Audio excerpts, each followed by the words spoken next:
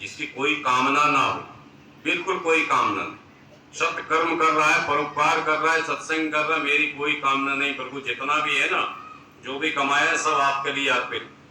शाम को बोल दिया ये कमाई हुई, ये पैर फैला के सोए। अब नींद किसे नहीं आती?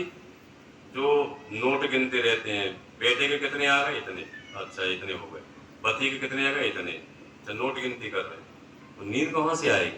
अब जब नोट होंगे तो चोटे का डर हो जाएगा, ऐसा नहीं हो चोटा घुस आएगा, सोना चांदी भी रखा, नींद कहां से आए?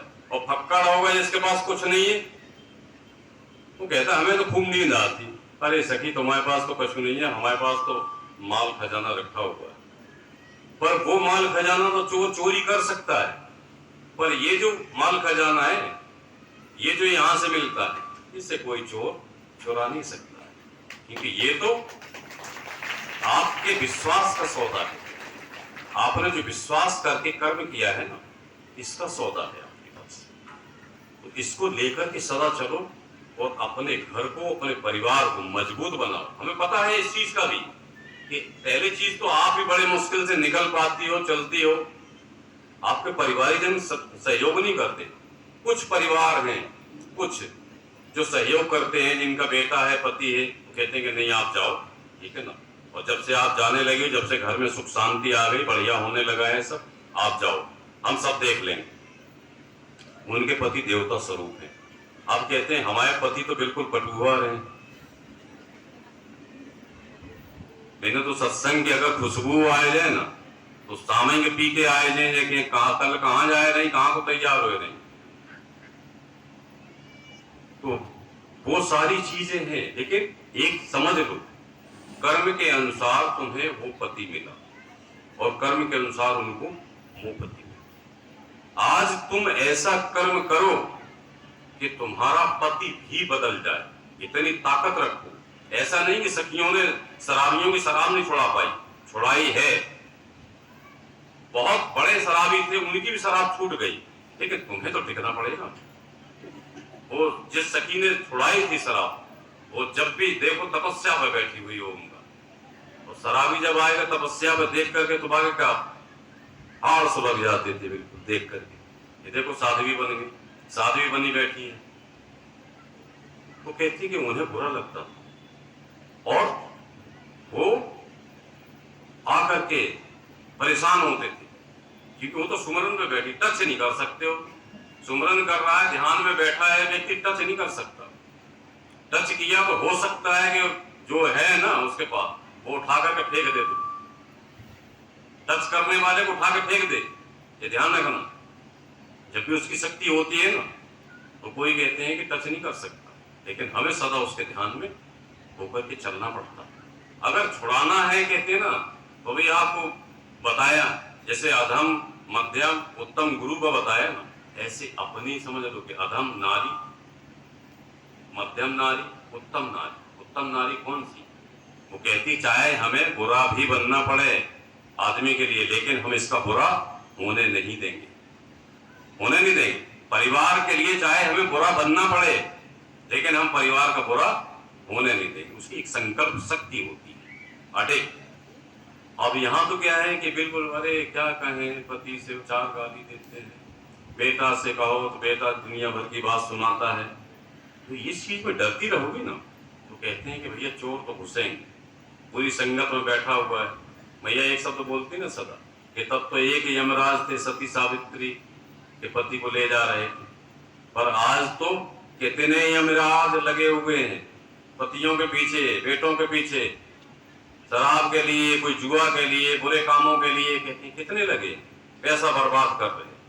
पर सत्संग के लिए तुम उनसे 100 रुपए मांगो, अरे अभी 15 दिन पहले सत्संग के लिए 100 रुपया दे थे तुम्हें, फिर तुम्हारे सत्संग हम नहीं दे पाए थे। ये सारी चीजें वो बोलते हैं, पर वो शराब में हजारों रुपए फूंक दे, जुआ में जाने कितने फूंक दे, उल्टे सीधे काम में कहीं पर भी लगा दे, लेकिन सत्संग के लिए नहीं लगा पाते। तो आप सभी लोग बड़े ध्यान से इन सारी चीजों को अमल करो, जितना अधिक से अधिक सुमरन कर सकते हो सुमरन, चलते फिरते।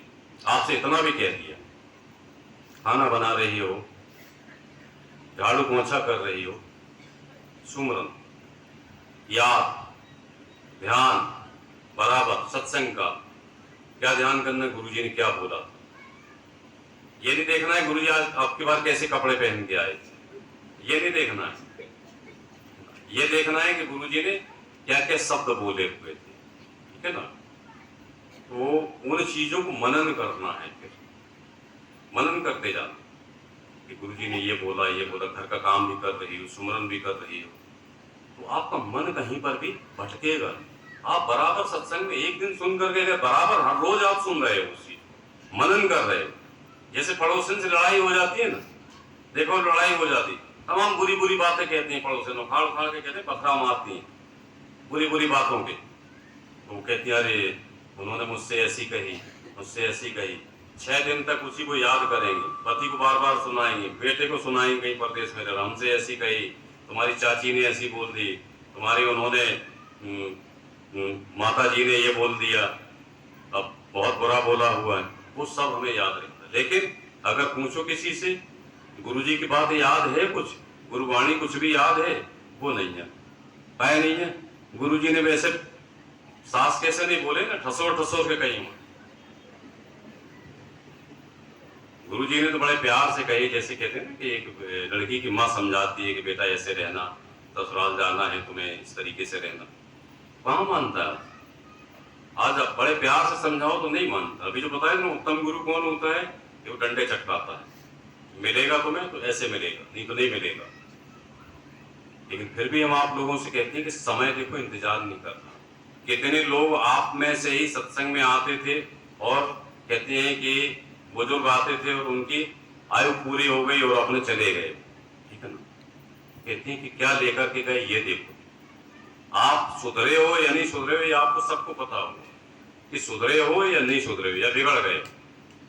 बिगड़े तो नहीं होंगे, लेकिन कुछ ना कुछ परिवर्तन हुआ है। अगर यहाँ पे आपको अच्छा लगता है, परिवर्तन हुआ है, तो आप कहते हैं कि बराबर सत्संग को पकड़े रहो, जगाने के लिए मत बैठे रहो।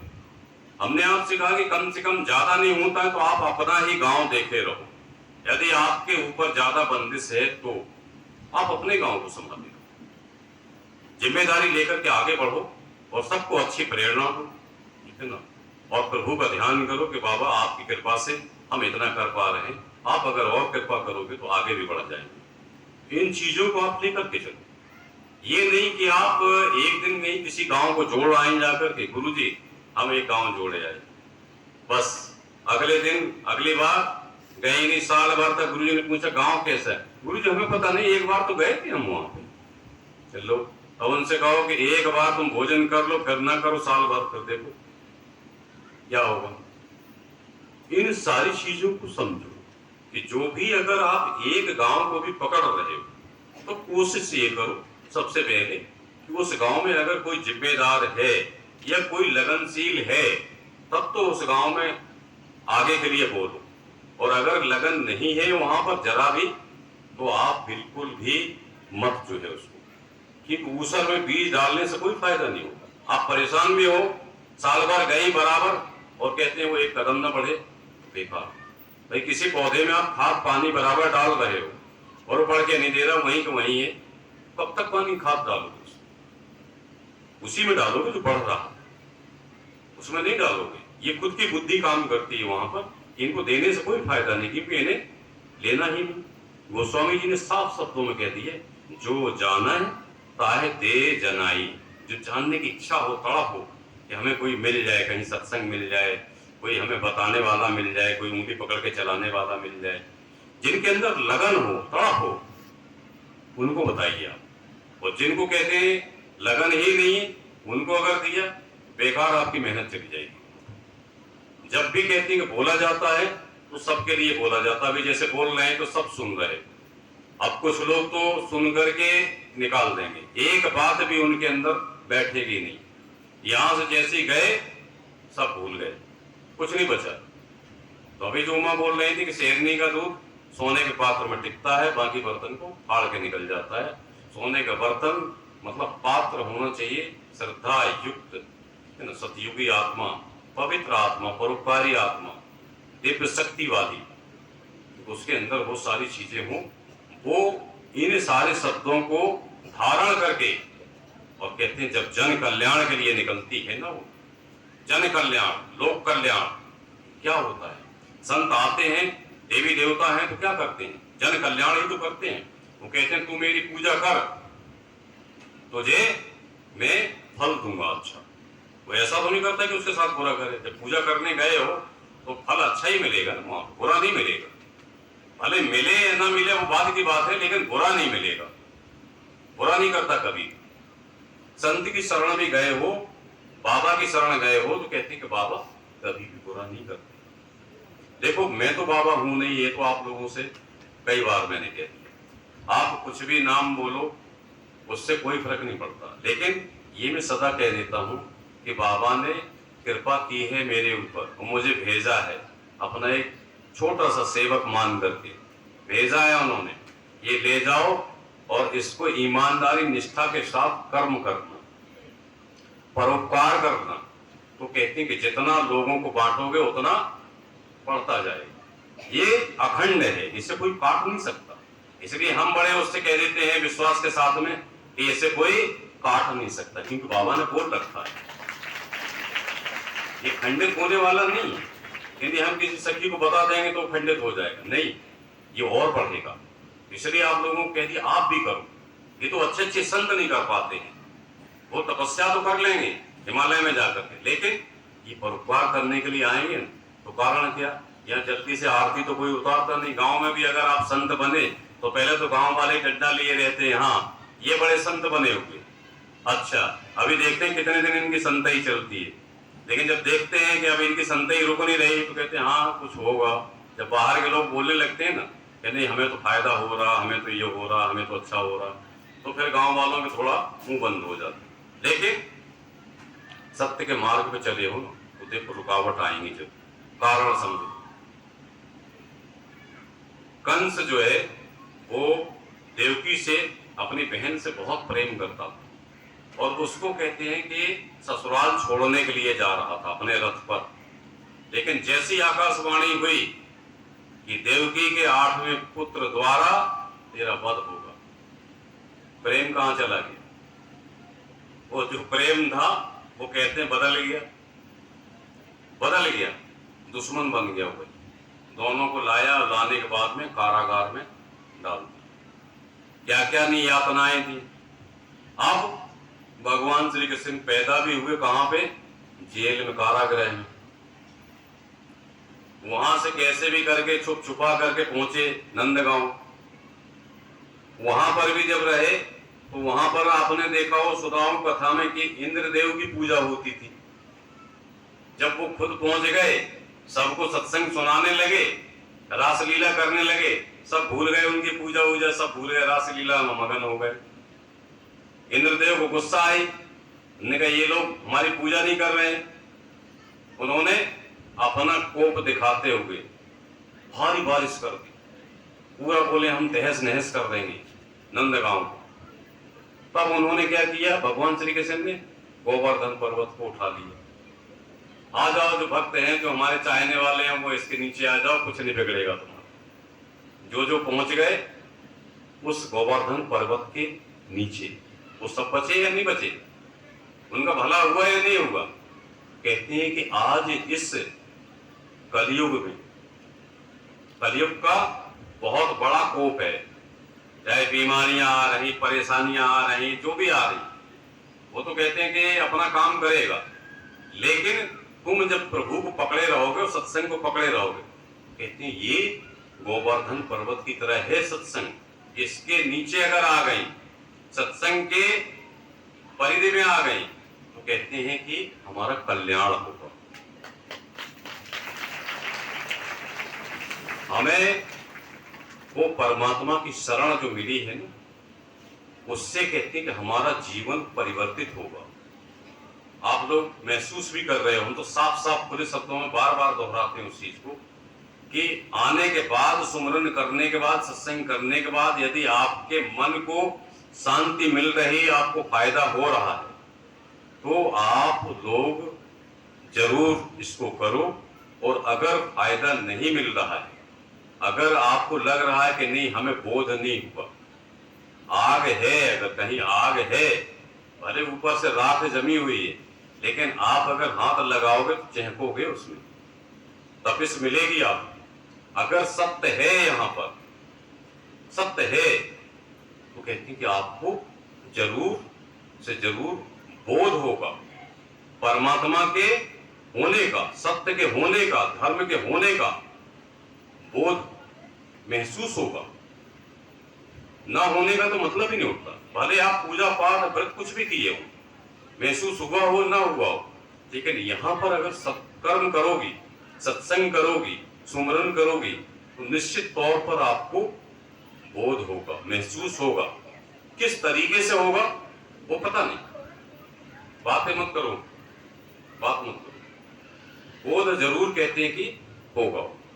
जैसे एक संत थे, संत के पास में एक व्यक्ति पहुंचा, बोला महाराज मुझे चेला बना लो। संत जी ने कहा ठीक है, आ जाओ, लेकिन ध्यान रहे जो भी हम कहेंगे वो आपको करना पड़ेगा। ठीक है महाराज, जो आप कहोगे वो मैं करूँ। तो संत ने जो भी सुमरन बताया, साधना बताई, बैठा करके तपस्या करते थे। 1 साल हो गया उसको अपने पास रखे हुए, लेकिन संत ने देखा अपनी दृष्टि से कि इसकी मृत्यु के कुल 8 दिन रह गए, मात्र 8 दिन रह गए। और उस शिष्य से कहा एक काम करो, 1 साल हो गया तुम अपने घर से आए हुए, आप अपने माता पिता के पास चले जाओ, लेकिन एक ध्यान रखना कि 8वें दिन आप 7वें दिन शाम तक यहाँ पे आ जाओ। उसे ये नहीं बताया कि तुम्हारी मृत्यु हो, बस ये बताया कि आप 1 सप्ताह के लिए अपने घर को आओ, अपने माता पिता को मिल आओ जाकर, उसके बाद आप 7वें दिन शाम को यहाँ पर आ जाओ। अब वो शिष्य वहां से गुरु आज्ञा पाकर के निकलता है तो रास्ते में क्या होता, समंदर पड़ता। समुद्र के किनारे किनारे जा रहा तो वो क्या देख रहा है, एक चींटियों का ढेर लगा हुआ और समंदर की लहरें जो है बढ़ रही।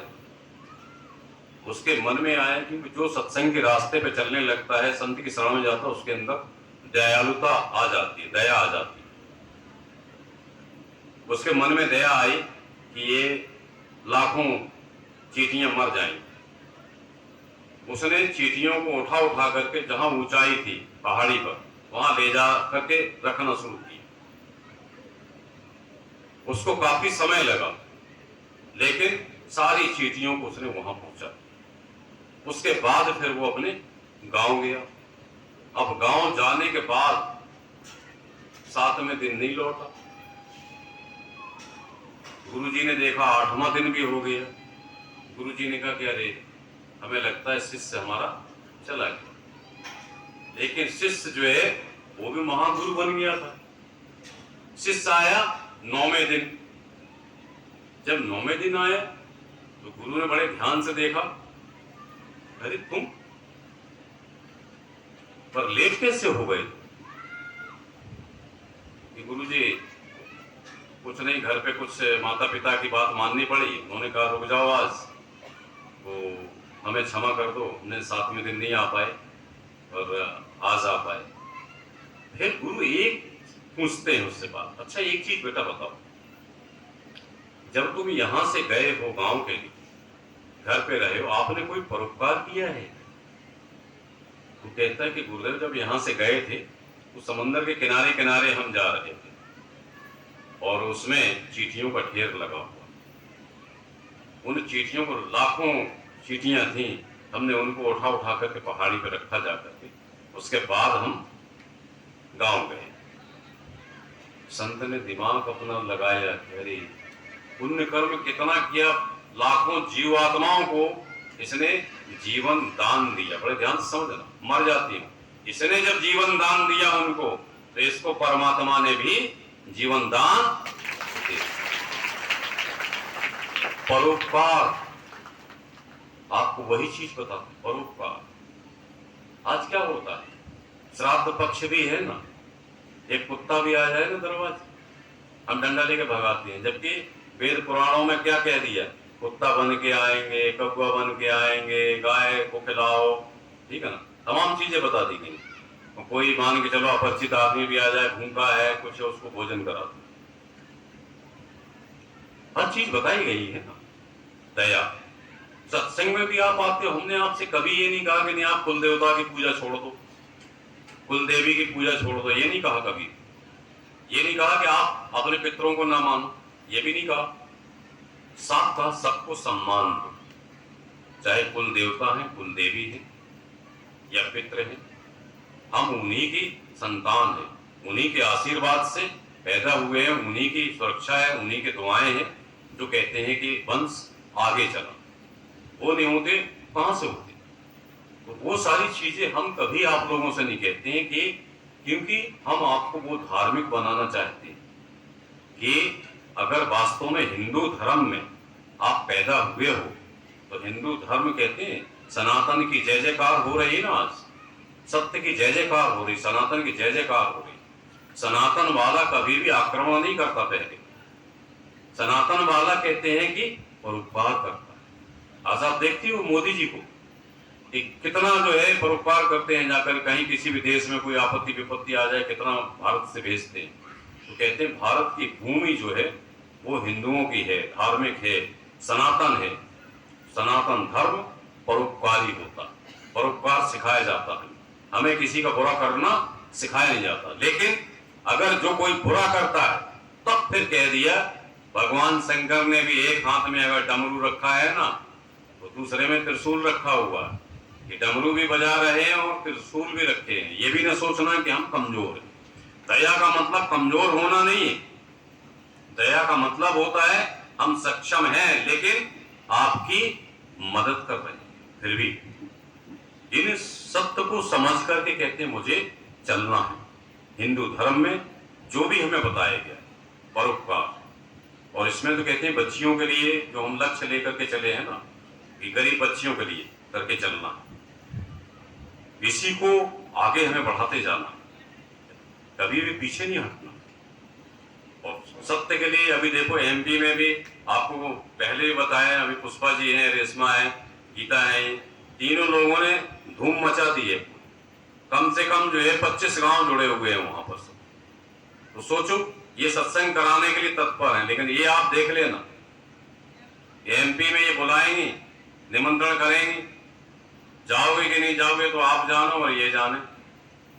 हमारा काम तो है जाने का, जो हमें बुलाएगा वहां पहुंच जाते हैं।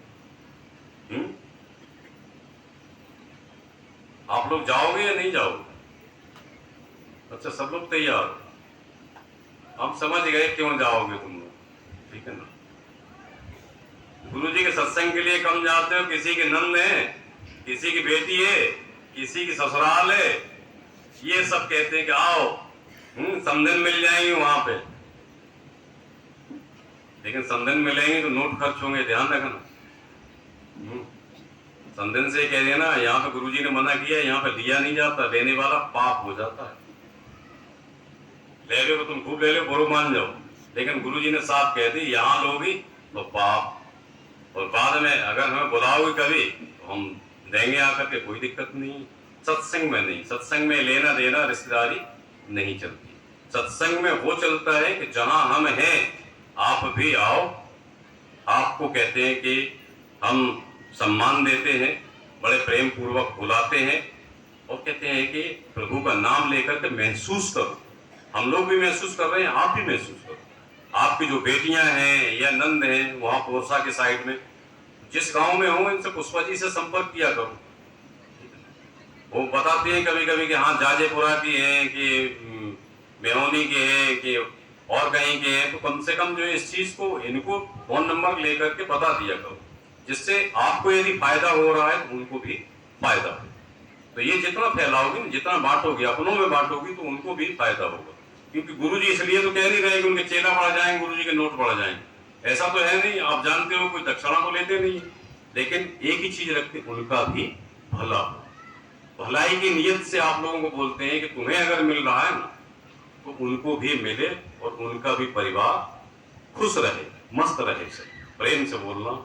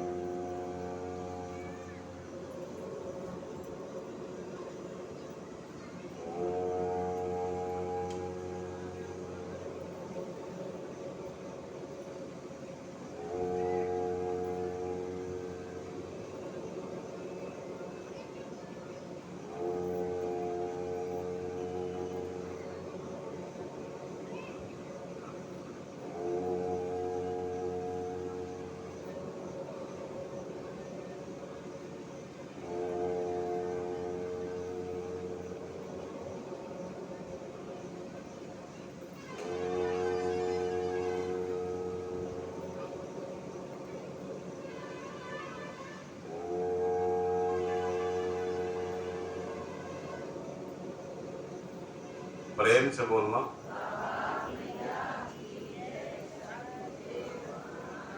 अगला सत्संग 24 अक्टूबर का होगा। 17 को जो बोला गया था वो 17 को नहीं होगा, 24 अक्टूबर को होगा। इसी जगह में होगा, इसी जगह में अगला जो सत्संग। इस चीज को आप लोग ध्यान रखना। और पूरनपुरा वालों का है सत्संग ये। वो निमंत्रण दें ना दें, लेकिन कहते हैं ना कि जिसका बाप जिंदा है ना, वो बोल देते हैं पिताजी हमारे बने खुद ही बोले, ठीक है ना। नौता भेज वो नहीं हुआ। मेहनी वालों ने किसी को नहीं बुलाया, कहा पीले चावल नहीं दिए, बैठे हैं, लेकिन इन्होंने बुलाया किसी को नहीं, किसी को भी नहीं बोला। क्योंकि महीने का अगर मंगलवार पड़ता है तो वहां चले भी जाते, इस बार पड़ा नहीं। इन्होंने किसी को नहीं, ना किसी गाँव गए। पर आप लोगों से हम कहते हैं कि हम खुद ही बोल देते हैं आप लोगों से, ये बोले ना बोले, लेकिन ये भी अपने ही है ना, है ना, अपने हैं, धीरे धीरे करके। लेकिन आप वो गलती ना करो। जो लोग भी सत्संग करवाते हो, मैं कहता हूँ पैसे से सत्संग नहीं होता है कभी। सत्संग होता श्रद्धा से, बड़ी विनम्रता से। सबको कहते हैं कि बड़े प्रेम पूर्वक कहते तुम्हारी वाणी में ऐसा रस हो, इतना प्रेम हो, ना आने वाला भी आ जाए, ना आने वाला भी आ जाए, इतना इतना पैर पकड़ लो ना, चलो चलना पड़ेगा, चलेंगे। इतना कहते कठोरता नहीं है, तुम्हारे अंदर विनम्रता होनी चाहिए, तुम विनम्र बन जाओ। हमें उनकी कठोरता नहीं देखनी है, हमें तुम्हारी विनम्रता देखनी है। हम आप लोगों को बोलते हैं प्रेम, प्रीत, नम्रता और सहनशीलता, 4 शब्द दिए। वो अपने अंदर धारण करो, उसको देखो ये है या नहीं। जितना बनता है, कहते हैं जैसे डेट का अनाउंसमेंट होता है, डेट बोल दी जाती है, तभी से हमें सक्रिय हो जाना चाहिए 15 दिन के लिए, 20 दिन के लिए, कि हमें बुलाना है सबको बड़े प्रेम के साथ। 10 गांव 20 गांव जो भी हम जा सकते हैं वो जाए। बात बाकी ये नहीं दीपू सखी खुद ही कहते हैं, उमा खुद ही कहते हैं जाके, ये नहीं। अरे सत्संग तो तुम करवा रहे हो ना, तुम्हें बोलना चाहिए, बड़ी विनम्रता के साथ में जाना चाहिए, बोलना चाहिए, तब जाकर के कहते हैं कि हमारा सत्संग जो है पूरा होता है। तो इन सब चीजों को लेकर के चलना होता है। और जिस गांव के लोग भी करवाते हैं ना, हमें देखते हैं कभी भी आकर के कि उस गांव के लोग सबसे पहले बैठेंगे आकर के, जबकि हमने क्या बोला हुआ है, गेट पे रहेंगे और वो सेवा में रहेंगे बैठाने के, यहाँ बैठो सब लोग, बड़े हाथ जोड़ करके उनको बैठाना, सम्मान देना, वेलकम करना, वो सारी चीज बताते हैं। लेकिन आगे नहीं कि आगे बन करके हम बैठ गए, गुरुजी को दिखाएं कि हम साहब जो है हमने सत्संग कराया, ये नहीं। सब लोगों के लिए बोल रहे हैं, आगे तक के लिए बोल रहे हैं इस चीज को, कि इस चीज को बड़ी विनम्रता के साथ में कि इस सेवा मिली है तुम्हें आज, ठीक है ना, इस सेवा पे मुझे खरा उतरना, ठीक है ना। तो गेट से लेके यहाँ तक सामने जो भी आ रहा ना, आपकी विनम्रता को देख करके वहीं से एकदम कहते हैं पिघल जाए कि भाई देखो सत्संग कराए इन्होंने, कितनी विनम्रता, उस चीज को लेकर के उससे कहते हैं कि आने वालों को अच्छा लगेगा, आपकी उस विनम्रता को देख करके आपका नाम होगा और मुझे भी अच्छा लगेगा कि आपने वचन मान करके और ये कर्म किया। बाहर के लोगों की ड्यूटी नहीं रहती कि बाहर के लोग आकर के और वो चंदन लगा रहे हैं या फूल कर रहे हैं, नहीं, आपका धर्म है, आपका कर्म है, आपको सेवा मिली है, वो आपको करना चाहिए। उनको सबको बिठाना और उनका कहते हैं सम्मान देना और पीछे बैठ करके आराम से अपना सुनना और नजर रखना कि यहाँ कौन आ रहा, तुरंत उनको बिठाना। ये सब चीज आपको सिखाई गई, प्रेम से बोलना। अगला सत्संग आपको समझ में आ गया 24 अक्टूबर, शायद मुझे लगता है करवा चौथ के बाद पड़ रहा हो, करवा चौथ के बाद। तो इस चीज को आप ध्यान रखना और यही होगा इसी जगह।